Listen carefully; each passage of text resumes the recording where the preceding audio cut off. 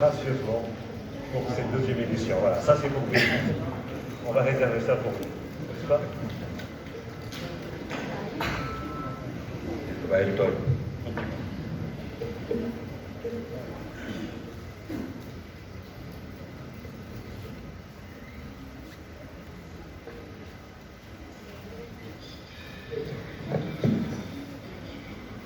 Monsieur le ministre de l'Emploi, chère dame Diop, Monsieur l'ambassadeur de Belgique ici au Sénégal, Madame la maire de Dakar,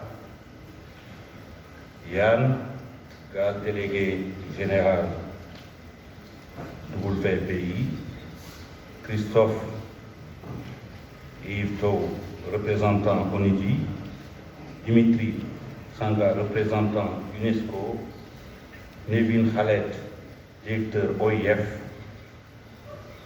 M. Bigel Ngom, directeur UNEFPA. Je voudrais aussi saluer ici la présence de Mehdi Agne,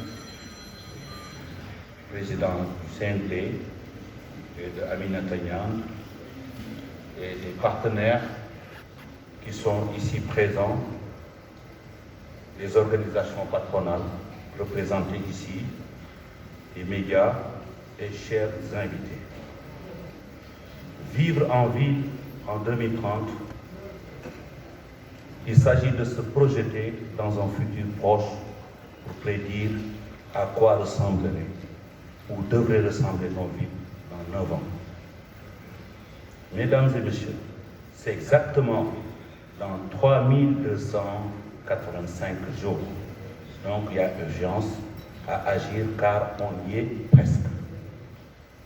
Vivre en ville en 2030, c'est une série de questionnements et des problématiques que certainement vous, partenaires du Forum de Dakar, vous, différents intervenants, allez répondre lors de vos échanges, et j'ai point de doute que les propositions et des pistes innovantes et durables en sortiront.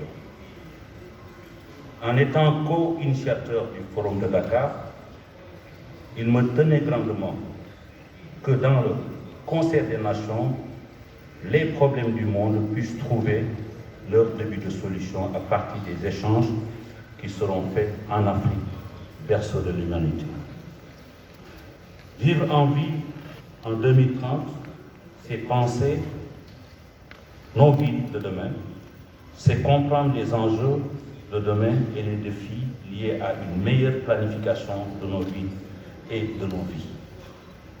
Je suis convaincu que des solutions innovantes, des approches chefs, des approches révolutionnaires sortiront de ce forum, véritable rendez-vous du donner et du recevoir, comme le disait l'illustre poète Léopold Sédar Senghor. Comme j'ai eu à le dire tantôt, les enjeux sont énormes et variés, car il s'agira pour nous de proposer des pistes de solutions pour l'urbanisme et l'habitat, des solutions pour la mobilité, pour l'économie et pour le chômage, des pistes de solutions visant à mieux définir la relation entre l'humain et son environnement. En quelque sorte, il s'agit de penser à quel modèle de société nous voulons et devons bâtir pour les générations futures. En effet, le défi est immense quand nous savons qu'entre 2030 et 2035, plus de 60% de la population mondiale habitera dans les villes. Le défi est immense en Afrique quand nous savons que nos villes connaîtront un accroissement sans précédent de leur population. Combiné à la jeunesse, celle-ci est combinée à une pression sur les ressources naturelles, avec notamment une augmentation de 35% de la pression en nourriture, 40% pour la demande en eau et 50% pour la demande en énergie. Le défi est immense car nous savons que 400 millions d'Africains habitent présentement les villes et qu'il est prévu que 600 millions en 2030 et plus d'1 milliard en 2050.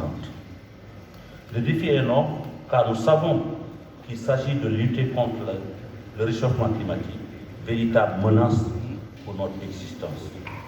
Le défi est également énorme quand nous savons que dans 10 ans, nos villes seront quasi hyper connectées et que cela posera la problématique de l'emploi, de la mobilité et même sous l'angle de notre relation à la consommation aux biens et services.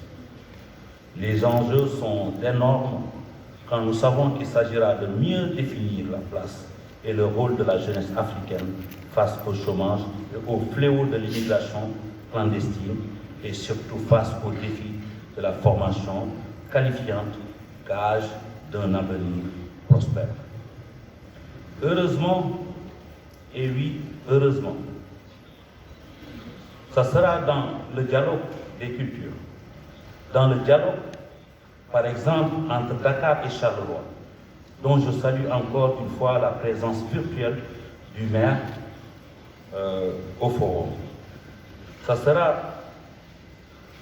dans la définition d'un commerce plus équitable entre l'Europe et l'Afrique.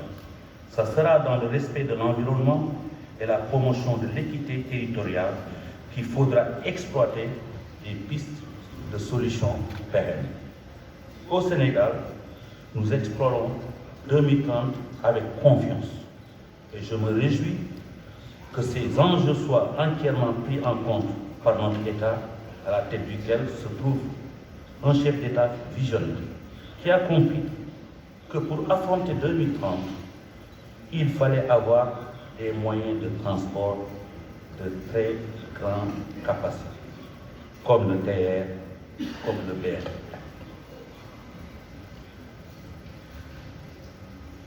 Un chef de l'État, le président Macky Sall, qui a compris que l'environnement et la gestion de l'eau étaient essentiels au développement d'un pays à travers le projet Sénégal vert et l'accroissement de la dotation en eau de nos localités à travers les projets KMS2, KM3. Le chef de l'État a compris également que le dynamisme, le rayonnement international et le développement économique de nos villes passeraient par des villes créatives et durables. J'aurais pu passer toute une vie à lister les enjeux, les défis, les problèmes et la plus grande vision du Sénégal, mais je vous laisse, vous panélistes et partenaires, prendre mon relais car le forum de Dakar que je déclare ouvert est d'abord votre forum. Merci beaucoup.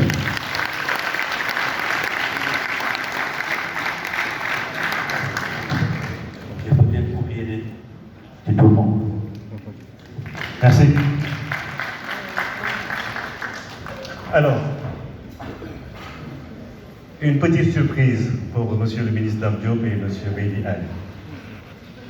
Je signale la présence du directeur de l'urbanisme et de l'architecture, M. Omar Sow, et de Mme Nata Sambake, parce qu'on ne le dit pas assez sans doute, la diaspora contribue énormément à la construction de nos villes. La première chose à laquelle ces gens-là, ces femmes, ces hommes, ces jeunes pensent, c'est construire dans Dakar ou ses environs, ou peut-être dans les autres régions du Sénégal. Et c'est pour cela le fonds d'appui à ces initiatives des Sénégalais de l'extérieur, Mme Hassan Maké, est un fonds important dans le dispositif institutionnel. Monsieur le ministre, merci d'être avec nous et jeudi, Inch'Allah, nous allons clôturer en beauté avec vous. Merci vraiment et on va continuer la cérémonie avec le panel qui va suivre. 45 minutes d'échange sur des problématiques liées au dialogue culturel. Et pour cela, voici le spectacle pour cette soirée. C'est parti.